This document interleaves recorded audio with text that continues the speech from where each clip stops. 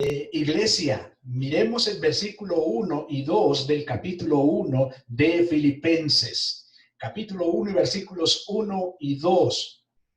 Dice: Pablo y Timoteo, siervos de Jesucristo, a todos los santos en Cristo Jesús que están en Filipo, con los obispos y diáconos. Gracia y paz a vosotros de Dios nuestro Padre y del Señor Jesucristo.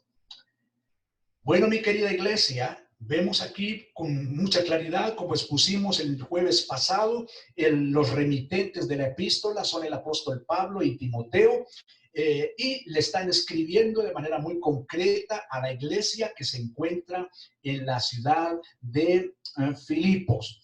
Y el motivo de la epístola, como les decía al principio, es prácticamente la gratitud que el apóstol Pablo está manifestando a causa del donativo o de la ofrenda especial que le envió la iglesia hasta la prisión en Roma. Hoy nos vamos a concentrar en el versículo 2, y tal vez ustedes dirán, pero ¿qué vamos a estudiar del versículo 2?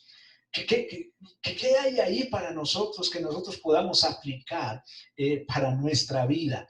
Bueno, mis amados hermanos, en primer lugar, y antes de que entremos ahí a analizar parte por parte, quiero recordarles a ustedes, a la iglesia, que somos la Misión Evangélica Reformada para Colombia y el mundo. Somos una confraternidad de iglesias locales comprometidos con el discipulado bíblico y la plantación de iglesias locales. Así que hoy estamos transmitiendo desde la iglesia bautista local bíblico del barrio París. Desde París estamos transmitiendo. Entonces, estén muy bienvenidos y concentrados entonces en lo que vamos a estar estudiando de la palabra de Dios. Mis hermanos, en muchas ocasiones nos hemos encontrado sin saber cómo iniciar una conversación, ¿no es cierto? Con otros creyentes especialmente. Y se debe muchas veces al hecho de que consideramos a los demás en muchas ocasiones, o que saben tanto de la palabra y nosotros tampoco, o que saben tan poco que no entienden la gran teología que nosotros manejamos.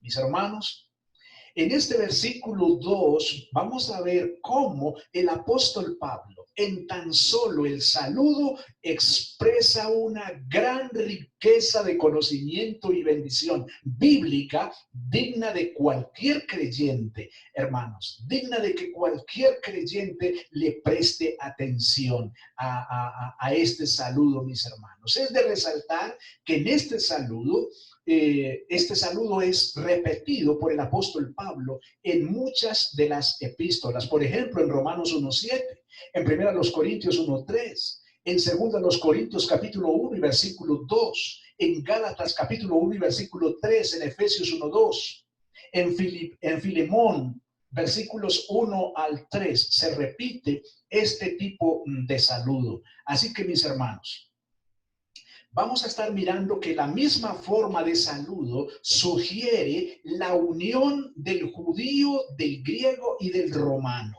El saludo griego era gozo, a fin de el griego gracia, gracia. El saludo romano era salud. Un término intermedio entonces entre gracia y paz. Y el saludo del hebreo era paz, que incluía la prosperidad temporal, así como la espiritual. Esas son las palabras que vamos a estar mirando con calma una por una. Miremos entonces, mis hermanos, la palabra gracia. Ahí la tienen en pantalla. La palabra gracia, mis hermanos, ¿qué es lo que menciona en primer lugar aquí el apóstol Pablo? Bueno, hermanos, realmente aquí tenemos en realidad tenemos aquí 6 sustantivos. Vamos a recordar un poquito de español, mis hermanos. El sustantivo entonces se le atribuye a cualquier cosa, a persona, animal o cosa. Ese es un sustantivo en el español. Hermanos, aquí tenemos 6 sustantivos que el apóstol Pablo nos va a mostrar de lo que quiso decir cuando mencionó cada uno de estos sustantivos. Bueno, Tenemos el primero entonces, que es gracia. Realmente el sustantivo gracia tiene varios adjetivos, es decir, varias cualificaciones. Ustedes saben que el adjetivo es lo que califica el sustantivo, el que expresa una cualidad del sustantivo como tal. Así que, mis hermanos, este sustantivo gracia expresa lo siguiente: expresa favor, expresa disposición a, expresa inclinación a, expresa también favorabilidad hacia, expresa también una inclinación de compartir beneficios, de compartir beneficios. De manera que vamos entendiendo el deseo del apóstol Pablo hacia la iglesia cuando saluda así: gracia. Ese sustantivo, mis hermanos, se usa principalmente para describir el favor del Señor que se extiende libremente para entregarse a las personas, porque Él siempre se inclina hacia las personas. No tenemos nosotros un Dios que está en su trono olvidado de su pueblo. No, queridos hermanos. Y la mejor prueba de que tenemos un Dios que se inclina hacia su pueblo, que tiene favor con su pueblo, que tiene su corazón hacia su pueblo, es la profunda doctrina de la elección, predestinados desde antes de la fundación del mundo. Hermanos y hermanas, y el Señor nos ha enviado a su precioso Hijo, al Señor Jesucristo, por nosotros. Eso nos muestra la inclinación, el favor, la gracia que Dios tiene hacia nosotros en ese sentido. Vamos a ir aplicando de una vez, hermanos, lo que Pablo quiso decir con esta palabra gracia. Mis hermanos, ese sustantivo, esta palabra gracia, manifiesta la buena voluntad difundida gratuitamente por Dios, especialmente para el beneficio del destinatario, sin importar el beneficio acumulado para el difusor. Hermanos, Dios es un Dios de amor, Dios es un Dios de gracia. Dios, hermanos, tiene la disposición total hacia su pueblo que escogió desde antes de la fundación del mundo. De manera, hermanos, que tal vez no puede haber un saludo más especial y más gratificante, un saludo que encierre más bendición hacia cualquier persona que saludarlo: gracia, gracia y paz. Deseo que Dios derrame tu gracia sobre tu vida, sobre tu familia. Hermanos, no puede haber un saludo más especial que este término gracia, cuando lo dirigimos desde la perspectiva bíblica y lo dirigimos hacia una persona, mis queridos hermanos. De manera que esto con respecto a nuestro primer sustantivo: favor, disposición, favorabilidad, inclinación, el deseo de compartir siempre los beneficios hacia alguien. Y pasamos a nuestro segundo término. El segundo término que aparece ahí es y paz. Y paz a vosotros. La manera entonces de saludar del apóstol Pablo: y paz a vosotros. Gracia y paz a vosotros. Bueno, hermanos, no hay mucho aquí, no hay mucha amplitud, pero creo que sí hay algo importante que mencionar. Mis hermanos, cuando hablamos de la paz que Pablo está deseando aquí, él se está refiriendo otra vez a un sustantivo y se está refiriendo a la convicción de la reconciliación mediante la sangre de la cruz. Hermanos, una verdadera abundancia y plenitud espiritual. Este es un sustantivo que denota un estado de relaciones armoniosas, de libertad, mis queridos hermanos. Paz. ¿Recuerdan ustedes que dice Romanos 8:1? Romanos 5:8. Justificados pues por la fe, tenemos paz para con Dios. Hermanos, ahí hay una doctrina tan amplia en ese versículo, una doctrina tan amplia. Justificados, es decir, declarados justos delante de Dios, habiendo sido declarados, es un término judicial que significa que en contra tuya y en contra mía, que nosotros no tenemos ningún delito, hermanos, que no hemos cometido ningún delito, mis queridos hermanos, delante de Dios. ¿Y sabes por qué, hermano? Porque quien declaró que hemos sido justificados o que no tenemos ningún delito, quien lo dijo fue el juez. El juez dijo, no hay nada en contra de ellos. Pero ¿sabes por qué, hermano? Porque la justificación nos vino por la gracia de Dios a través de su Hijo, nuestro Señor Jesucristo. Dice, justificados pues por la fe, tenemos paz para con Dios. Es decir, ya no hay ningún conflicto con nuestro santo Dios. Antes estábamos enemistados. Nosotros queríamos escondernos desde Adán, desde el Edén. ¿Recuerdan cuando se escondió? ¿Recuerdan que cuando pecó, lo primero que hizo fue que se quiso esconder? Y cuando el Señor lo estaba buscando, que lo llamó, le dijo, tuve miedo y me escondí. Mis queridos hermanos, desde allá se rompió la relación con Dios, pero en Cristo Jesús hemos recuperado nuevamente esa relación. Hoy tenemos paz para con Dios. ¿Te das cuenta, hermano? Todo lo que el apóstol Pablo quiso decir aquí en estos dos primeros términos, mis hermanos, es magnífico. Gracia y paz.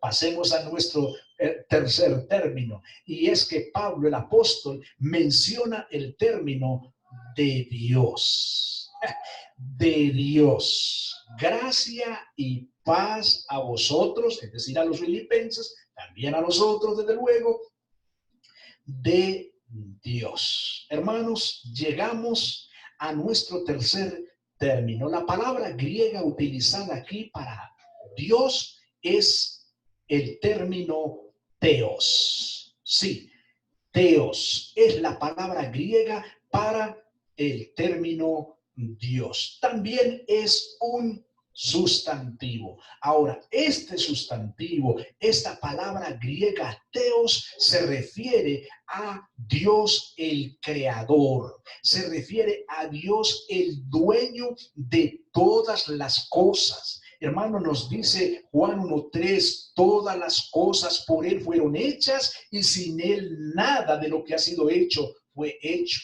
En Génesis capítulo 1, del versículos 1 al 3 dice, en el principio creó Dios los cielos y la tierra estaba sin orden y vacía, y las tinieblas cubrían la superficie del abismo, y el Espíritu de Dios se movía sobre la superficie de las aguas.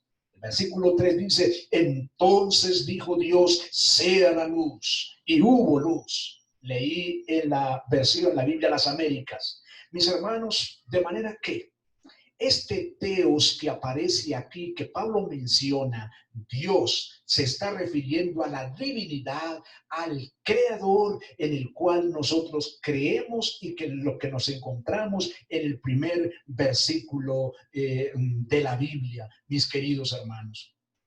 Ahora, mucho antes de que se escribiera el Nuevo Testamento, el término teos se refería, hermanos, al ser supremo que posee y sostiene todas las cosas. De manera que cuando ustedes escuchen mencionar la palabra teos, cuando decimos, estamos estudiando teología, tenemos una maestría en este momento de teología en divinidad, lo que estamos queriendo decir es que somos estudiantes del teos.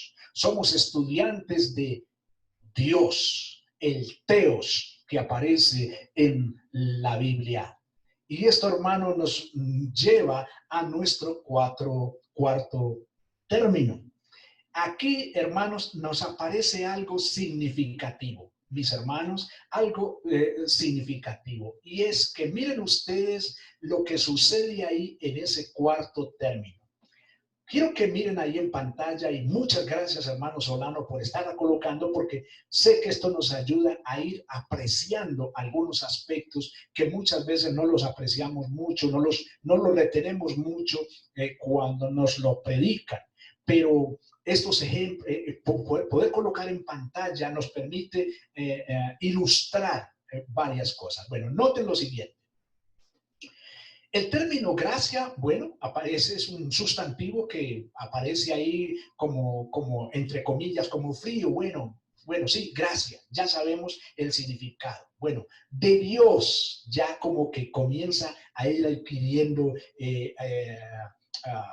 importancia, significado para nosotros, ¿cierto? Gracia y paz a vosotros, de Dios. Pero noten ustedes que en el versículo 4 hay ya un cambio bastante interesante. Resulta que allí, hermanos, nos aparece nuestro Padre. Nuestro Padre. Veamos toda la información que contiene ahí el término. Nuestro Padre. Sigan mirando, por favor, el término, mis queridos hermanos. Bueno, lo primero que nos muestra es que Pablo menciona allí un plural, nuestro. Se está refiriendo entonces, en todo caso, a una colectividad, a un grupo. Él no está diciendo al Dios y Padre mío, como si fuera él solamente mío. No. Pablo está mencionando nuestro. Entonces, él se está refiriendo a la iglesia en Filipo, pero también él se está incluyendo ahí. Es decir, yo hago parte de ustedes. Él es nuestro, ¿cierto? Pero hermanos, miren el término Padre. Ahora, cuando mencionamos el término Padre, ¿qué viene a nuestro corazón? ¿Qué viene a nuestra mente? Bueno, pues lo primero que a mí se me viene a la mente es que, bueno, si hay un padre, entonces necesariamente tiene que haber un hijo. Tiene que haber un hijo. De otra manera no se llamaría padre, ¿cierto? No habría por qué calificarlo como padre. Entonces es porque hay un hijo. Pablo está diciendo que él es padre, pero ¿padre de quién? Padre nuestro. Padre nuestro, ¿padre de quién? Padre de la iglesia. Ahora, para que hayan un padre y hayan hijos, tiene que haber habido un momento en que se engendraron esos hijos. Tiene que haber habido un momento en que se engendraran esos hijos. Bueno, Juan 1:12 nos dice claramente que a los suyos vino y los suyos no le recibieron. Mas a todos los que le recibieron, a los que creen en su nombre, les dio potestad de ser hechos hijos de Dios, que no son engendrados de carne, ni de sangre, ni de voluntad de varón, sino de Dios. ¿Quién los engendró entonces? ¿Quién engendró a esos hijos para que Pablo esté diciendo que Él es Padre nuestro? ¿Quién los engendró? Pues Juan 1:12 me dice que nos engendró Dios. Nosotros no nos engendramos nosotros mismos, no, Señor. Aquellos que dicen, aquellos hermanos, muchos de hermanos del sector cristiano, que dicen claramente que, bueno, yo busqué al Señor cuando yo acepté al Señor. El término es muy ambiguo cuando dice cuando yo acepté al Señor. Hermanos, les animo a decir más bien cuando el Señor me salvó. Yo les animo a decir, a cambiar el término, cuando el Señor me salvó. Porque es que cuando decimos, cuando yo acepté al Señor, yo me estoy ubicando aquí abajo en la tierra. Yo me estoy ubicando aquí en la tierra, mis hermanos. No, cuando el Señor me salvó, entonces me estoy ubicando arriba. Me estoy ubicando en el trono de Dios. Cuando Él decidió salvarme, hermanos, y Él decidió engendrarme para que yo sea su hijo. Pablo ahí está diciendo entonces, Padre nuestro, hermanos, hermanas, qué gran privilegio que tú y yo tenemos un Padre. Muchos hermanos, muchas hermanas que no, no tuvieron a su papá porque el papá abandonó a la mamá. En fin, por muchas razones no tuvieron un papá o no tuvieron de pronto la mejor experiencia de su papá, de su padre. Déjeme decirle, hermano y hermana, que tiene usted el privilegio de ser hija, hijo, hija del padre más excelente que jamás, en el cual jamás se pueda llegar a pensar. El padre más excelente. Hermanos, tremendo, mis queridos hermanos. Este padre aquí, la palabra griega es pater. Pater, sustantivo que describe a uno que imparte vida y está comprometido con ella. Un progenitor que da origen al potencial de semejanza. Y se usa de nuestro Padre Celestial que imparte vida desde el nacimiento físico, el don de la vida eterna, hasta el segundo nacimiento de regeneración, es decir, nacer de nuevo. Nacer de nuevo, lo que les estaba diciendo ahorita de Juan 1:12, pero recuerdan ustedes en la conversación con Nicodemo, en aquella charla magnífica, digna de haber estado por ahí grabando esa conversación, esa charla con Nicodemo. Él le hace la visita al Señor de noche y le plantea de una vez la inquietud. Sabemos que ha venido de Dios y el Señor se lo lleva directo al corazón y le dice: tienes que nacer de nuevo, porque si no, no puedes ver el reino de Dios, no lo puedes ni ver siquiera. Tienes que nacer de nuevo para poder ver el reino de Dios. Tienes que nacer de nuevo para poder entrar en el reino de Dios. De manera que para que haya un padre tiene que haber un nacimiento. Para que haya un hijo tiene que haber un nacimiento. Para que haya un padre y un hijo tiene que haber un momento de que el padre engendró al hijo. Mis queridos hermanos, nuestro Padre Celestial nos engendró a nosotros. Esa es una maravillosa verdad, mis queridos hermanos. Hermanos, hay un dato bastante importante cuando estaba investigando estas palabras, y es que en el Nuevo Testamento y en el Antiguo Testamento nunca se menciona la paternidad universal de Dios. Hermanos, nunca se menciona la paternidad universal de Dios hacia los hombres. ¿Han escuchado ustedes el término: ay, pues es que todos somos hijos de Dios? No, eso no es verdad. La Biblia no dice eso. La Biblia no sostiene eso, no dice eso. Todos somos hijos de Dios. Déjeme decirle que para ser hijo de Dios es necesario nacer de nuevo. Hay que nacer de nuevo. Yo no puedo decir que soy un hijo del Dios de la Biblia, porque a lo mejor sí puede ser hijo de su propio Dios, el Dios que se ha inventado, su propio ídolo. Entonces, en ese sentido, sí puede tener su propio Dios y ser hijo de su propio Dios, pero no del Dios de la Biblia. El Dios de la Biblia es diferente en ese sentido. Para ser hijo del Dios de la Biblia hay que nacer de nuevo, según el Señor Jesucristo le enseñó a Nicodemo. Y por último, mis hermanos, estamos llegando al último término, a los dos últimos términos, ya para terminar, hermanos, y es el Señor. El término Señor allí, otro sustantivo. Yo les dije que todos eran sustantivos dentro de la gramática del español, mis hermanos. Todos son sustantivos. Llegamos aquí al término Señor. La palabra griega aquí para Señor es kurios. El término kurios se refiere a una persona que ejerce derechos de propiedad absolutos. Hermanos, históricamente el concepto de señorío, cuando a alguien se le llama señor, en la Biblia combina dos elementos. Un elemento, poder. Segundo elemento, autoridad, mis hermanos. De manera que la verdadera realización de la unidad de esos dos elementos, tanto de poder como de autoridad, solo brota en el encuentro con Dios, nada más. Hermanos, Dios es quien nos crea con poder absoluto, pero Él es también la autoridad absoluta ante el cual el hombre debe inclinarse. y se inclina el hombre ante nuestro santo Dios creador, no como en un sentido de esclavitud, sino de libertad. Sí, hermanos, de libertad con nuestro Dios, de conocer al único Dios verdadero. Hermanos, esto con respecto al término Señor, combina dos términos de propiedad absolutos, poder y autoridad.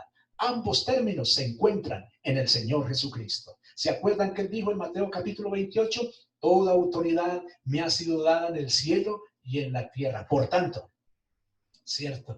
Toda autoridad tengo yo en los cielos y en la tierra. Por tanto, yo puedo. Por eso los envío entonces a la misión. Y por último, mis hermanos, tenemos el sustantivo Jesucristo.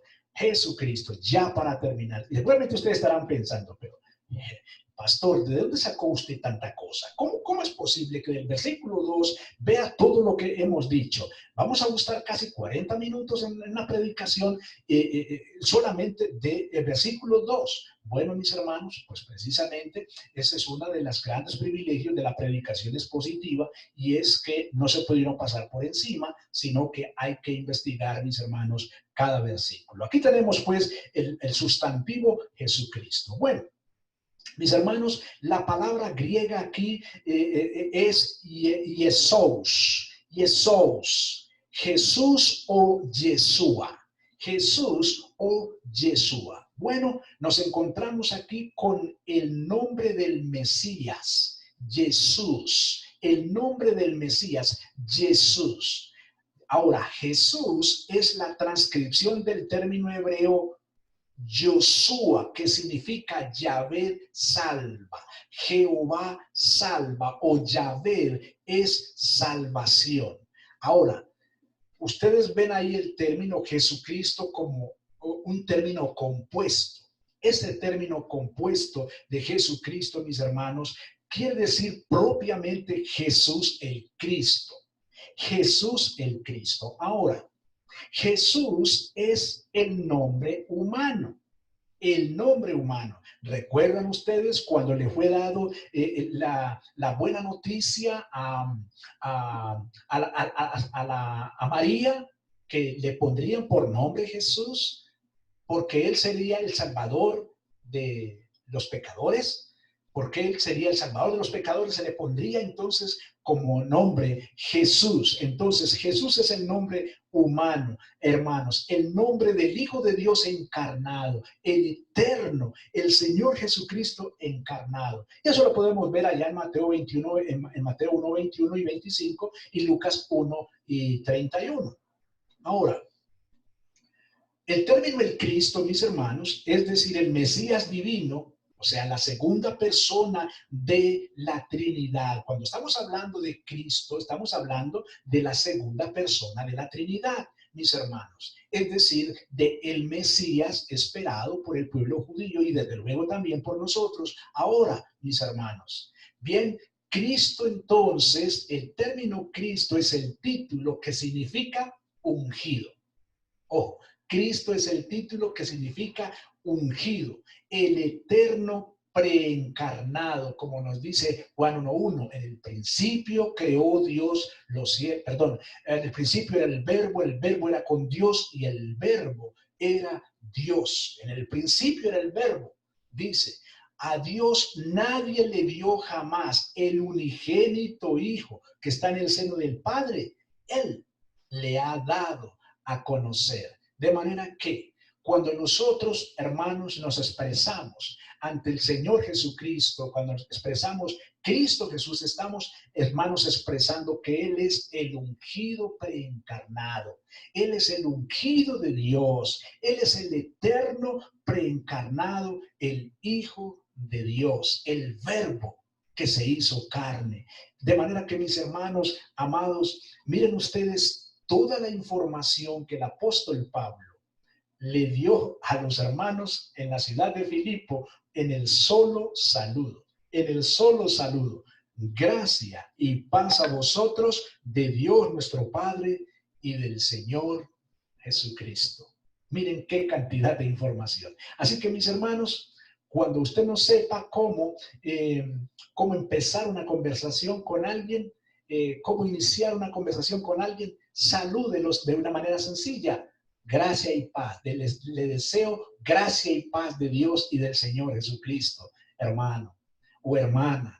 Cuando no sepa empezar una conversación, o si va a saludar a alguien, un familiar suyo que no es creyente o lo que sea, qué buen saludo, llegar y decir gracia y paz haya en esta casa, que Dios le conceda la gracia y la paz. Hermano, hermana, no puede usted desearle nada mejor a la persona que desearle expresarle estas palabras en señal de bendición, porque es una bendición, hermanos, directamente del cielo mismo. Hermanos, estamos hablando de un versículo que fue inspirado por el Espíritu Santo, que está aquí precisamente para eso.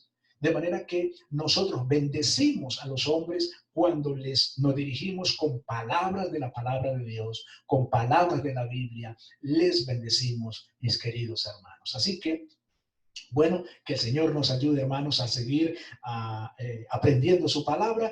El próximo jueves, en la voluntad del Señor, entonces, continuaremos con el versículo 3 en adelante hasta donde podamos seguir, mis amados hermanos. Bien, así que sin más, hermanos, vamos a orar. Le damos gracias al Señor por este tiempo maravilloso y quiero dar una cordial bienvenida a todos mis hermanos otra vez. Allá veo a la hermana Carmen que se conectó.